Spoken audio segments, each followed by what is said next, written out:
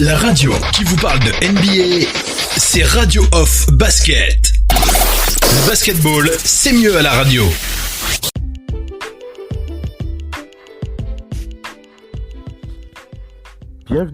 Bienvenue les amis, bienvenue sur le parquet de la radio Off. C'est Oncle Phil Basket pour cette quotidienne NBA. Nous tirons vers la fin de cette période de scrimmage du côté d'Orlando. Donc c'est le moment de partager les toutes dernières news, les toutes dernières informations en provenance de la bulle. On va faire le point sur quelques matchs du côté de la bulle, les quelques derniers matchs en tant que scrimmage. Il ne faut pas oublier de le rappeler, ce ne sont que des scrimmages, mais des matchs qui permettent de nous donner une certaine tendance pour ce qui nous attend pour les 8 matchs de saison régulière qui vont s'en suivre. On ira du côté des Spurs de San Antonio qui ont fini sur une bonne note cette période de scrimmage. Du côté des Pelicans, le retour de Zion Williamson sur le parquet. On ira du côté des Suns de Phoenix qui ont un petit peu, je vais pas dire, ils n'ont pas inquiété les Raptors, mais ils les ont fait un peu de mal quand même cette nuit lors de ces derniers scrimmages, les Suns qui ont fait un petit peu mal aux Raptors. On va en parler. On parlera aussi des Grizzlies qui se sont montrés très en forme avec un Ja Morant impressionnant face au Heat de Miami. Et enfin, on terminera avec ce débat du côté de la conférence Ouest face entre les Lakers et les Clippers. Lequel des deux est plus à même d'être champion NBA? Il y a des raisons de penser que les Clippers vont souffrir. Si vous faites partie de ceux qui envisageaient les Clippers comme champions NBA, peut-être faut-il revoir votre copie au vu de la production de notre cher KAWHI Leonard. Voilà un peu comment on va enchaîner avec cette quotidienne FM NBA. Restez bien connectés, c'est parti.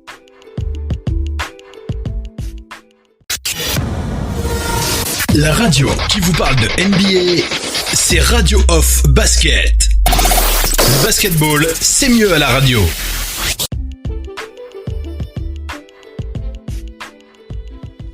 Allez les amis, on enchaîne avec cette quotidienne FM NBA. On va commencer par aller du côté des Grizzlies de Memphis qui nous ont fait plaisir avec un très bon Ja Morant face au Heat de Miami. On rappelle que battus lors des 2 premières sorties, les Grizzlies de Memphis se rassurent avant d'entamer la saison régulière en dominant avec la manière le Heat de Miami. Ils ont gagné ce match, ce scrimmage sur un score de 128-110. Ils ont véritablement fait exploser la défense du Heat dans le sillage d'un Ja Morant en très grande forme. Écoutez les amis, 41 points pour Ja Morant, 41 points en premier quart et 69 à la pause entre les deux équipes, pour les Grizzlies, pardon. Ils ont continué de dérouler après la pause pour prendre plus de 20 points d'avance. Ils ont shooté à 46%, dont un excellent 19 sur 42 à 3 points. Le 8 a été limité à 42%, dont 15 sur 45 à 3 points côté de Miami. C'est Jimmy Butler qui était le meilleur joueur. Il a signé 18 points, il était à 4 sur 5 au tir avec 8 passes, alors que Bam Adebayo a compilé 16 points, 4 rebonds et 3 passes. Jay Crowder était à 12 points, 4 sur 10 au tir, 8 rebonds et 4 passes.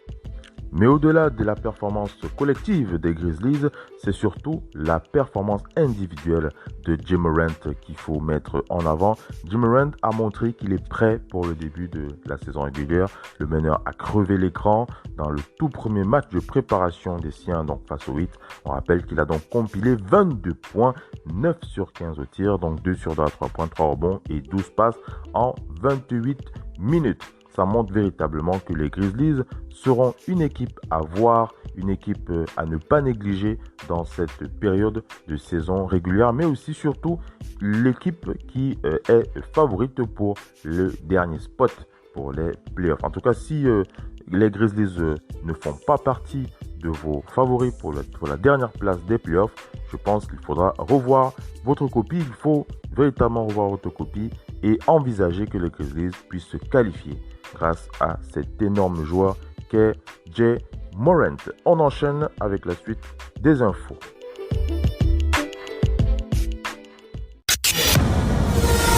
La radio qui vous parle de NBA, c'est Radio Off Basket. Le basketball, c'est mieux à la radio.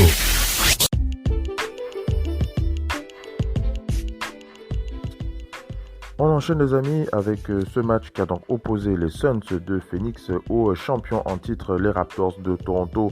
Seconde victoire donc dans le cadre de ce match de préparation pour les Suns. Et quelle victoire face aux champions en titre, les Raptors. Si cela reste un match de préparation, la manière était intéressante du côté des Suns qui ont écrasé les Raptors sur un score de 117-106.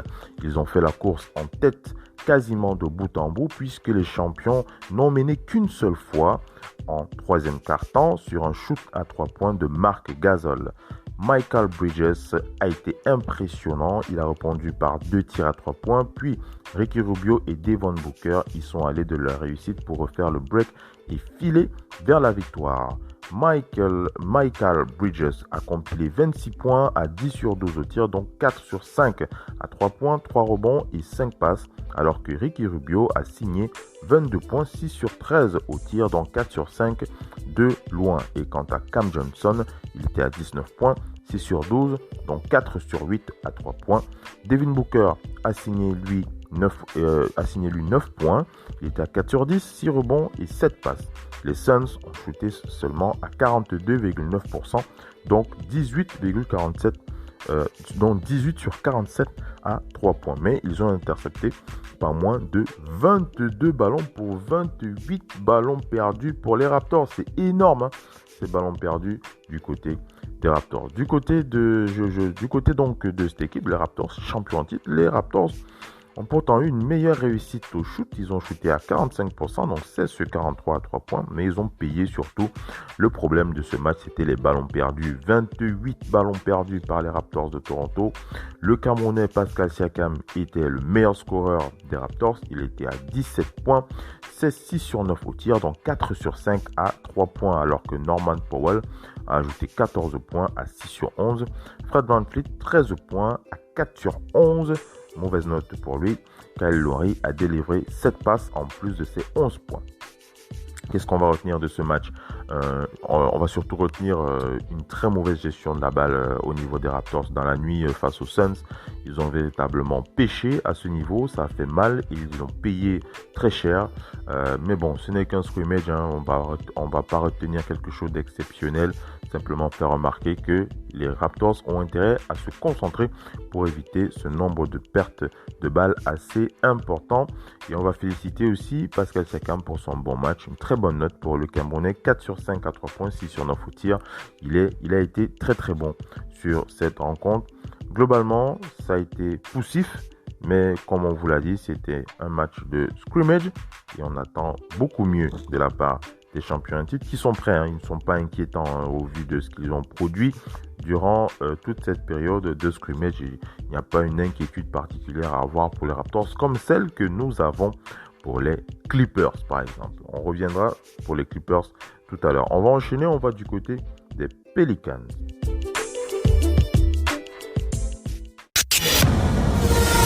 La radio qui vous parle de NBA, c'est Radio Off Basket. Le basketball, c'est mieux à la radio.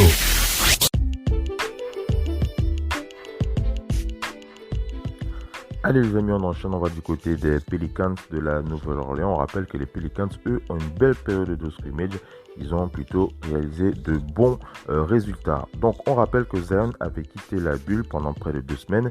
Il a fait son retour vendredi dernier et il devait observer une quarantaine de 4 jours.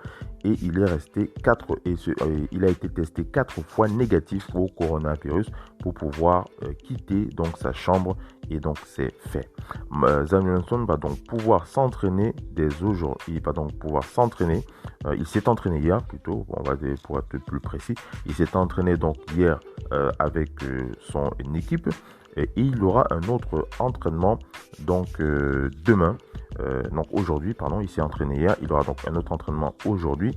Et c'est sans aucun doute au bout de cet entraînement que les Pelicans jugeront s'il est apte à jouer. Il sera donc apte à jouer ce soir face au Jazz pour l'ouverture de la saison. On rappelle que durant son absence de la bulle, il avait continué à s'entraîner, mais de façon légère. Donc, Adrian Wojnarowski, il a confirmé. Zion Williamson est donc clair. Il est donc sorti clair de cette quarantaine, de cette période de quarantaine, et qu'il va donc retrouver ses coéquipiers. Donc voilà, il s'est entraîné hier, il s'est entraîné aujourd'hui, et donc c'est au vu de l'entraînement d'aujourd'hui que le coaching staff décidera du retour de Zion Williamson aux côtés de ses coéquipiers pour la saison régulière. Mais on n'oublie pas quand même de rappeler que les Pelicans, même sans Zion Williamson, ont plutôt réalisé une belle période de scrimmage avec, je crois, 3 victoires. Ils n'ont pas perdu de match, il me semble, sauf erreur de ma part. Vous n'hésiterez pas, bien entendu, à me corriger si c'est le cas, mais en tout cas, ça n'en demeure pas moins une belle période de scrimmage pour les Pelicans. On enchaîne avec les Spurs de San Antonio.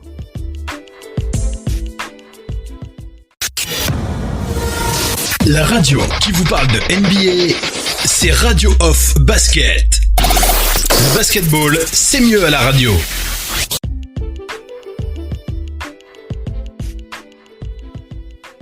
On va donc du côté des Spurs de San Antonio qui terminent cette période de scrimmage aussi sur une bonne note. On rappelle qu'ils avaient été battus lors des 2 premiers matchs de préparation. Les Spurs ont terminé sur une belle victoire face aux Pacers de Victor Oladipo. Ils l'ont emporté 118-111 dans un match où ils ont fait la différence dans le 3e quart-temps. Ils ont shooté à 48%. Ils ont perdu seulement 12 ballons. Ils ont été menés par le trio Keldon Johnson, 21 points à 7 sur 8.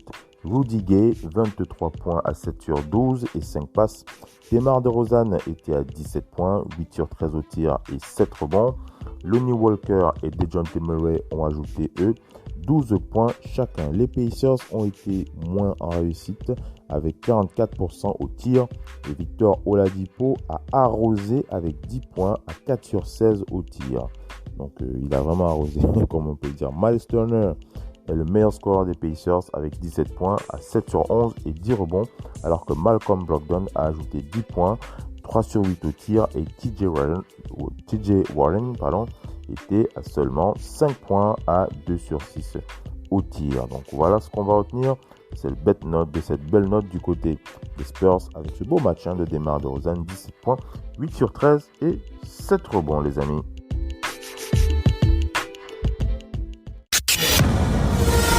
La radio qui vous parle de NBA, c'est Radio Off Basket. Le basketball, c'est mieux à la radio.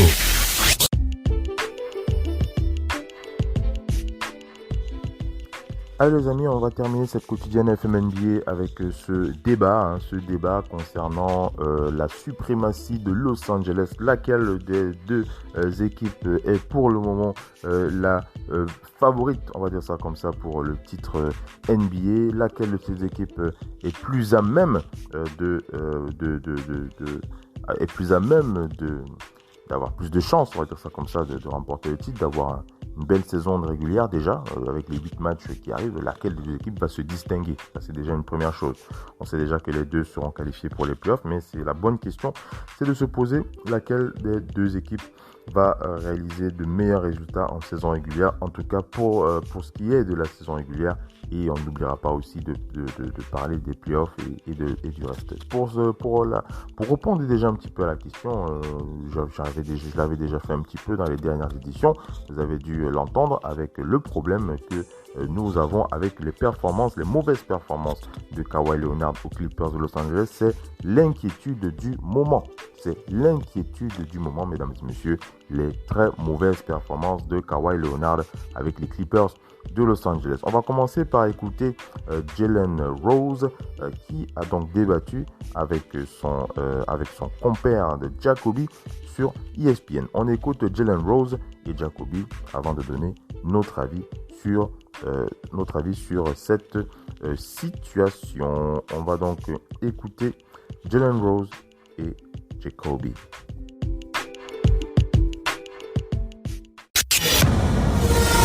La radio qui vous parle de NBA, c'est Radio Off Basket. Le basketball, c'est mieux à la radio.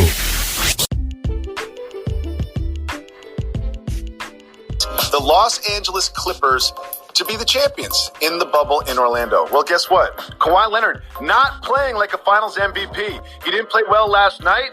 And this is how he's performed in the bubble thus far in 3 games. Look at the discrepancy between his regular season performance and his bubble performance this far. 26% from the field, Jalen. 26% from the field. How concerned are you about your Clippers, Free Lou Will? I'm concerned that 2 of their players, Kawhi Leonard and Lou Williams, we've seen footage of them in adult entertainment establishments. Not that they were there, that people actually videoed them, used pictures of them, and posted them on the internet. Those people need to be arrested, Jacoby, right now. Those people need to be arrested. Bon, j'enchaîne, je vais quand même traduire un petit peu Jalen Rose qui commence par cette petite blague où il tape un petit peu sur la tête de tous ceux qui postent des informations un petit peu, il poste des vidéos de Lou Williams et de Kawhi Leonard en méforme. Ça c'est l'une des choses. Allez, on enchaîne avec la suite. I'm not really concerned about Kawhi Leonard. I know how much you love LeBron James, but Kawhi Leonard also has a chance to win Finals MVP for his 3rd team. They have a couple of months to get themselves together, and I believe playing without fans and his stoic demeanor actually benefits Kawhi. Alors c'est vrai que Jalen Rose, lui, il est plus fan des Clippers et son compère Jacoby, il est fan des Lakers. Mais voilà, Jalen Rose qui dit que je pense qu'avec ce qui va arriver, avec la période des 8 matchs de saison régulière qui va arriver, tout ce qui va arriver par la suite va bénéficier à Kawhi Leonard pour l'aider à reprendre la forme. Okay. Earlier said not to deny the science, but let's not deny his performance in the first 3 games. 26% from the field and 22% from 3. I understand there could be some rust after 4 months off. It's a new environment. It's a bubble environment. It's strange. But those are 3 really shaky performances.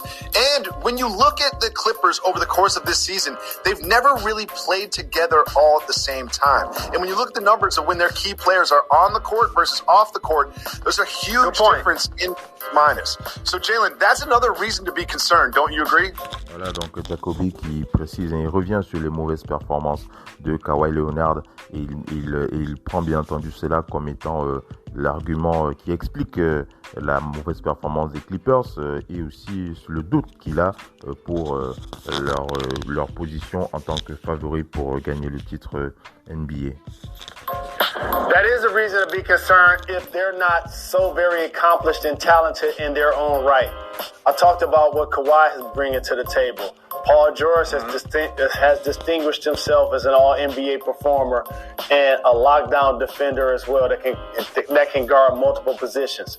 So can Patrick Beverley, who improved his three-point shooting. Montrezl Harrell, a great finisher. Him and Lou Williams could share the 6th man of the year. So they have their closing 5, Jacoby. We just need to find a way to get them healthy, quarantined, and like all playing at a high level before they play against your Los Angeles Lakers. Well, guess what? You guys are struggling for production. You guys, your Clippers, don't have all their players together. The Los Angeles Lakers, they're getting production from everywhere. Dion Waiters had 18 last night, and God, J.R. Smith. J.R. Smith was 6 for 7 from 3. 6 for 7 from 3. LeBron didn't play. AD didn't play. It gave an opportunity for these new pickups to really show out in Orlando. Jalen, do you think they're going to get real playoff production from J.R. Smith and Dion? Voilà, Jacoby qui appuie sur les belles performances des Lakers de Los Angeles. Avant cela, bien entendu, Jalen Rose a un peu expliqué les difficultés des Clippers avec la reprise, avec les nouvelles règles qu'il faut respecter, la quarantaine, etc., etc. Autant de choses qui peut pénaliser cette nouvelle adaptation pour les Clippers. Et Jacoby lui l'a appuyé en disant que ouais, mais du côté des Lakers ça tourne bien, on a Dion Waiters qui pète le feu, on a J.R. Smith qui joue très bien, LeBron James et Anthony Davis sont présents, les Lakers eux ils n'ont pas de problème et c'est un peu l'argument qu'appuie Jacoby. I do, and you know this because you've been working in this industry for over 20 years. You're called to give a prediction. You give a prediction based on the information you have right now. Sure. And right now, if I was doing a pole position, the Lakers in the West should be in first. LeBron, AD, and then I saw Kyle Kuzma make about 4 or 5 threes the other day. I seen Deion Waiters going in his bag at the end of the game, at the end of the quarter, getting to the bucket, finishing, feeling good about himself. I seen JR hitting it off the side of the backboard and then making about 4 or 5 threes. I see all of this happening. This is great for the Lakers, a squad that will not have Bradley, that will not have Rondo, that have players Dwight Howard, Waiters, and Smith, all giving them more productivity than anybody could have imagined. And all 3 of those players were complete. Jalen Rose qui est d'accord avec Jacoby lorsqu'il dit voilà, c'est vrai que les Lakers, si on se base uniquement sur les performances actuelles, les Lakers sont devant les Clippers pour être favoris, pour être ceux qui vont dominer LA, ceux qui vont être favoris pour le titre de champion. Il a vu ses joueurs en forme, il a vu John Waiters, il a vu J.R. Smith, tout ce qu'il a vu lui montre clairement que si on tient compte actuellement des chiffres, les Lakers sont clairement favoris face aux Clippers. Written off by fans and people that work in the league themselves. And look at the performance that they've done thus far, especially Dwight Howard. I mean, J.R. Smith and Deion Waiters have looked good in a couple scrimmages so far, but they're getting real production from all 3 of those in Orlando. And Jalen, there was a report from Chris Haynes, our guy, Chris Haynes, and he said one thing that stood out to him was how loud the Lakers seemed inside that bubble environment with no fans, just how animated they were, how much they support each other. You know how LeBron James sort of does that and he builds that culture with the handshakes and the support of each other. Je crois qu'on va arrêter de suivre ce débat puisqu'ils ne vont pas aller plus loin. Ils ont dépassé, en tout cas, ils vont pas aller plus loin de ce que des limites sur lesquelles on s'est imposé, les limites qu'on s'est imposées concernant ce débat, laquelle des 2 équipes est le plus à même d'être nommée comme étant favori pour le titre. En tout cas, d'être nommée pour être favorite pour le titre NBA. Est-ce que c'est les Lakers ou alors est-ce que c'est les Clippers? En tout cas, à la fin de ce débat, Jalen Rose et Jacoby sont unanimes. Les Lakers sont devant. Les Lakers sont devant au niveau des pronostics. Les Lakers qui ont clairement dominé leur sujet pendant ces scrimmages et qui ont dominé leur sujet, même s'ils ont perdu aussi quelques rencontres, ils ont quand même dominé leur sujet.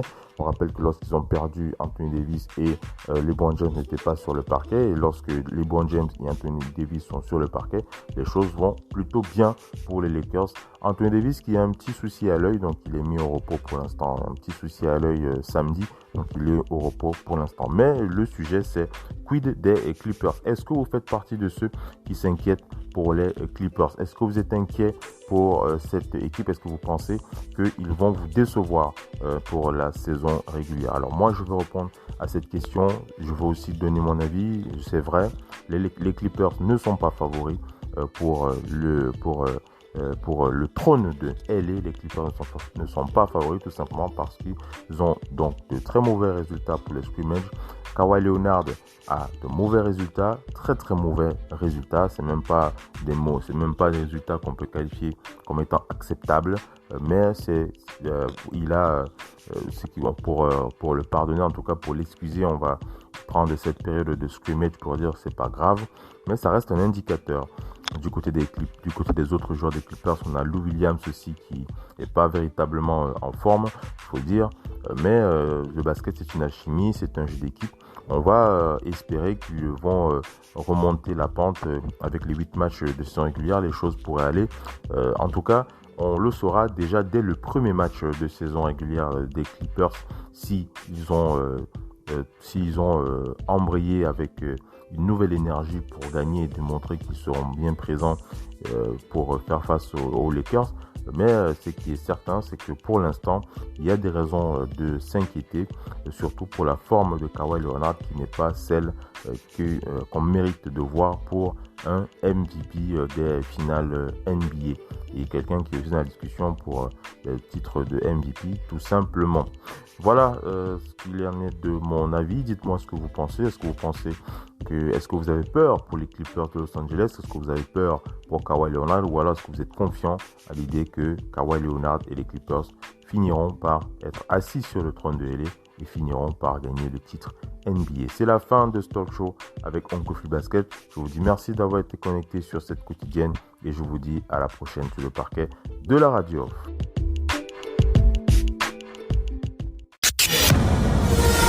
La radio qui vous parle de NBA, c'est Radio Off Basket. Le basketball, c'est mieux à la radio.